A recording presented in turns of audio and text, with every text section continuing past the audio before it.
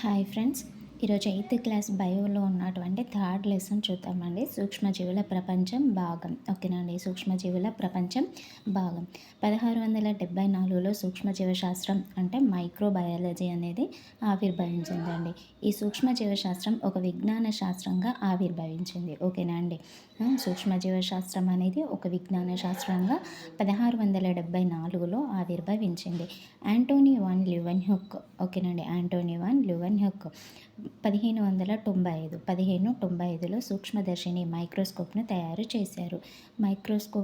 సూక్ష్మదర్శిని తయారు చేసింది ఎవరండి? Antonie van Leeuwenhoek. ఓకేనండి, హుక్ సూక్ష్మ. హుక్లో కు ఉంది కాబట్టి సూక్ష్మలో కాన్ అని గుర్తుంచుకోండి. ఒకే కటకం ఉన్నటువంటి సూక్ష్మదర్శినిని తయారు చేశాడు. సూక్ష్మజీవులకు ఎనిమల్క్యూల్ అంటే బ్యాక్టీరియా అని పిలిచాడు. ఓకేనండి, సూక్ష్మజీవులకు ఫస్ట్ ఎనిమల్క్యూల్ అని పేరు పెట్టి దానికి బ్యాక్టీరియా అనే నామకరణం చేశాడు. ఎప్పుడు? 1678లో 74లో మైక్రోబయాలజీ అనేది ఒక విజ్ఞాన శాస్త్రంగా ఆవిర్భవించింది. 78లో బ్యాక్టీరియా ఎనిమల్క్యూల్స్కి బ్యాక్టీరియా అని పేరు పెట్టాడు. ఇక్కడండి బ్యాక్టీరియా ఏమేం బ్యాక్టీరియాస్ ఉంటాయి? కోకై. ఓకేనండి, కోకై, బ్యాసిల్లస్, లాక్టోబాసిల్లస్. శిలీంధ్రాలు penicillium, rhizopus, bread mould, aspergillus. ఓకేనండి, శిలీంధ్రాలు పెన్సిలియం లీ. ఓకేనండి, రైజోపస్, ఆస్పర్జిల్లస్. ఓకేనండి, పెన్సిలియం, రైజోపస్, ఆస్పర్జిల్లస్. బ్యాక్టీరియాలో ఫస్ట్ కదండి, అందుకని లాక్టోబాసిల్లస్, బాసిల్లస్, లాక్టోబాసిల్లస్, కాకై ఇట్లా గుర్తుంచుకోండి. ప్రోటోజోవాలో ఏముంటాయండి? Amoeba, paramecium, vorticella. Amoeba, paramecium, vorticella. శైవలాలు అయితేనేమో ఆల్గిల్ కదండి, అవి ఏముంటాయి? Chlamydomonas, spirogyra, diatoms, spirulina, oedogonium, serratia. ఓకేనండి, chlamydomonas, spirogyra, diatoms, spirulina, oedogonium, serratia. ఓకేనండి, స్పైరులినా, ఇడోగోనియము, సెరాటియా. ఇవన్నీ కూడా శైవలాలు. సూక్ష్మ ఆర్తోపోడలండి. Cyclops, daphnia, గజ్జిక్రిమి, కనురెప్పక్రిమి. కనురెప్పక్రిమి. ఆకులపైన తెల్లని మచ్చలు ఏర్పడతాయండి. ఆ తెల్లని మచ్చలు ఏంటండి? శిలీంధ్రాలు. ఓకేనండి, ఒకవేళ అభిరంజనం చేయాలంటే మనము క్రిస్టల్ వైలెట్ అని రంగును తీసుకోవాలి. అయితే మనం అభిరంజనం చేయడానికి ఈజీ అవుతుంది. నాలుకపై ఉండే పాచిలో బ్యాక్టీరియా అనేది ఉంటుందండి. బ్యాక్టీరియాలు తక్కువ ఉష్ణోగ్రత వద్ద మరియు ఎక్కువ ఉష్ణోగ్రత వద్ద కూడా పెరుగుతాయి.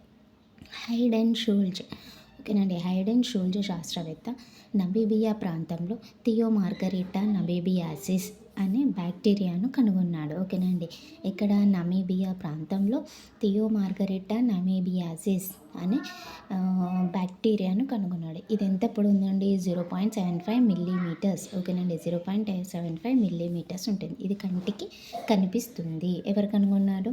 అతి చిన్న బ్యాక్టీరియా అంటే ఇదేనండి. ఎవరు కనుగొన్నారు? Hayden Schultze. నీరు ఆకుపచ్చగా ఉండటానికి కారణము శైవలాలు.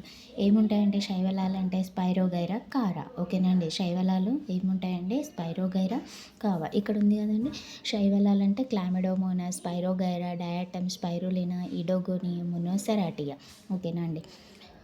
నెక్స్ట్, సూక్ష్మ శైవలాలు మైక్రో ఆల్గేలు కిరణజన్య సంయోక్రియను జరుపుతాయి. ఇవి ప్రాణవాయువులో ఉంటాయి. ఓకేనండి, ఈ సూక్ష్మ శైవలాలు ఎక్కడ ఉంటాయి? ప్రాణవాయువు ఆక్సిజన్లో ఉంటాయి. ఇవి కిరణజన్య సంయోక్రియ కూడా జరుపుతాయి. ప్రోటోజోవా నేలలో నీటిలో కూడా ఉంటుంది.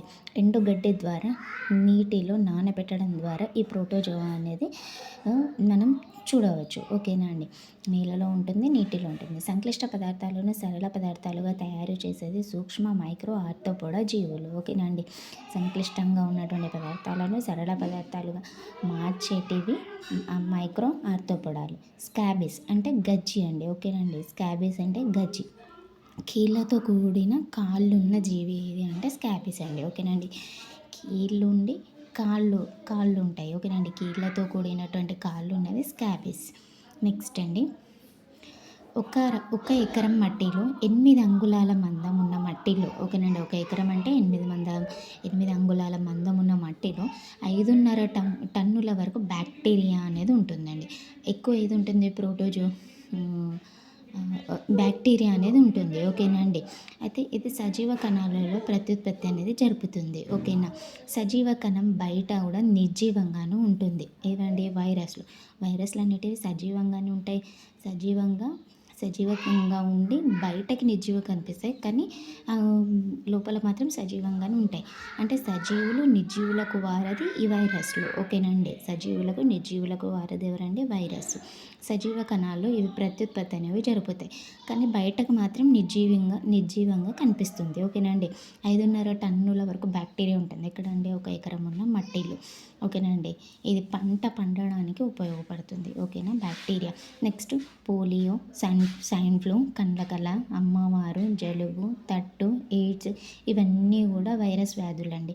కొన్ని సూక్ష్మజీవులు ఇతర జీవుల మీద కూడా ఆధారపడతాయి. వాటిని పరాన్నజీవులు అంటారు. బ్యాక్టీరియా వ్యాధులు ఏంటండి?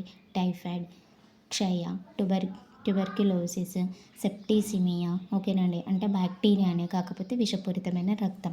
మనకి ఎట్లా గుర్తుండాలండి? బ్యాక్టీరియాలో టా ఉంది కదండి. అయితే టైఫాయిడ్లో టా, ట్యూబర్క్యులోసిస్లో టా, సెప్టిమియాలో టా ఇవన్నీ గుర్తుంచుకుంటే మనం కొంచెం ఈజీగా ఐడెంటిఫై చేయొచ్చు. ఓకేనండి. నెక్స్ట్ ప్రోటోజోవాల వల్ల ఏమొస్తుందంటే మలేరియా, అమీబియాసిస్ అనే వ్యాధి కలుగుతుంది. ప్రోటోజోవాలు ఏంటండి?